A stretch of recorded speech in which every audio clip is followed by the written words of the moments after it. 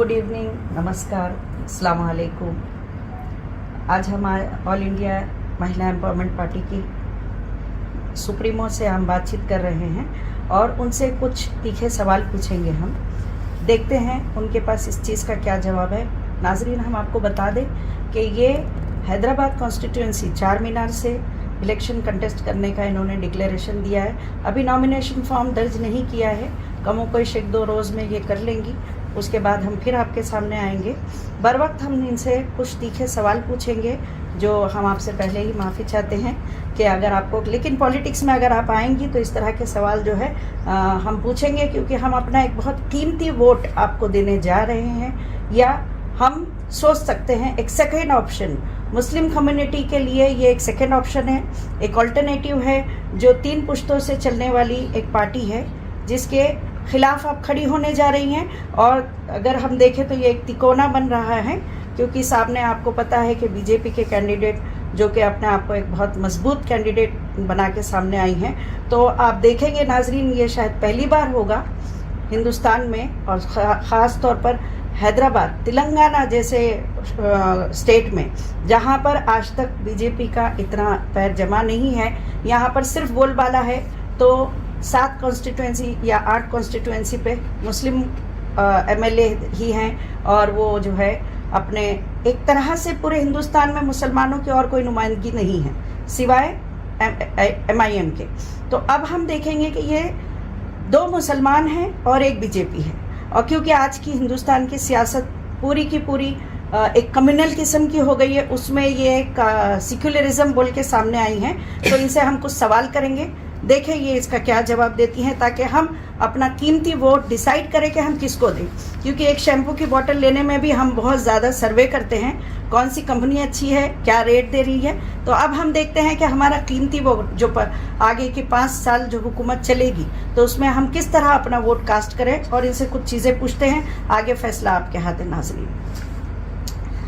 Doctor Nowhera Sheikh साहिबा, खैर मकदम है आपका, और हम आपसे कुछ सवाल करना चाहते हैं। कई दिनों से कोशिश हो रही थी कि आपसे मुलाकात हो, लेकिन आपके पास क्योंकि मसरूफियत रहती है, आज संडे है, आज आपने हमारे लिए थोड़ा टाइम निकाला है, जज़ाकल्लाह।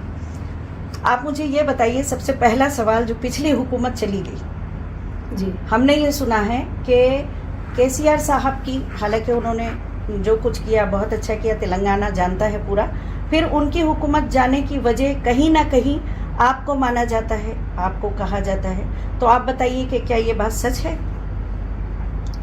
सच्चे और झूठ की बात नहीं है। हुकूमत जाना जो है, आना वो एक नॉर्मल सी बात है। मगर KCR साहब का भी क्या है कि वो कॉन्फिडेंस हो गया था कि मुझे यहाँ से अब कोई भी हटा नहीं सकते, मैं ही तेलंगाना का बड़ा हूँ और तेलंगाना और आंध्रा के डिबेट करने में मेरा जीत रही। और उस वजह से उन्होंने जो कांग्रेस गवर्नमेंट को जो वादा किया था वो तक भी तोड़कर जो है बिपर गए थे। मगर उसके बाद उनका जो एक वोर कॉन्फिडेंस था कि तेलंगाना में मैं ही रहूँगा, तेलंगाना में मैं ही रहूँगा। तो लोग कहते हैं कि आपने 49 सीट कंटेस्ट करे और उनके 35 सीट जो चले गए वहाँ पर आपके लोगों ने जो है वोट लेकर जो है हरा दिए। इस तरह के बातें लोग तो करते हैं, मगर हमने किसी को हराने और जीतने की नीयत से नहीं किया था। और लोग काफ़ी ये सवाल भी कर रहे थे कि जब उनकी हुकूमत थी तो तुम्हारे साथ बहुत ही ज़्यादा जुल्म किया गया। तो जाहिर से बात है कि सब लोग देख रहे थे कि अक्टूबर 10 को मैं सोमाजीगुड़ा प्रेस कॉन्फ्रेंस में कॉन्फ्रेंस करती हूँ कि मैं 2018 का इलेक्शन कंटेस्ट करने वाली हूँ, 119 सीट्स पे इलेक्शन करने वाली हूँ। तो 14 को मैं अरेस्ट हो जाती हूँ। तो इसमें KCR साहब का भी हाथ था और MIM के असदुद्दीन साहब का भी हाथ था। दोनों मिलकर मीटिंग करके मुझे अरेस्ट कर दिए थे। मगर अल्लाह का बहुत बड़ा एहसान है कि मैं बहुत अच्छे तरीके से जीत कर हाई कोर्ट और सुप्रीम कोर्ट से इस बार के इलेक्शन में जो है मैं सामने हूँ। और ख़ासकर से मैं हैदराबाद इलेक्शन कंटेस्ट करना चाह रही हूँ और काफ़ी मुकामात पे इंडिया के अलग अलग जगह पर हमारे कैंडिडेट जो है खड़े हो रहे हैं। और ये हमारी शुरुआत है। मुझे नहीं मालूम कि हम कब जीतेंगे, कितना जीतेंगे, मगर अगर पब्लिक मौका देगी तो ज़रूर हम उनके अच्छे खिदमत करने की कोशिश ज़रूर करेंगे।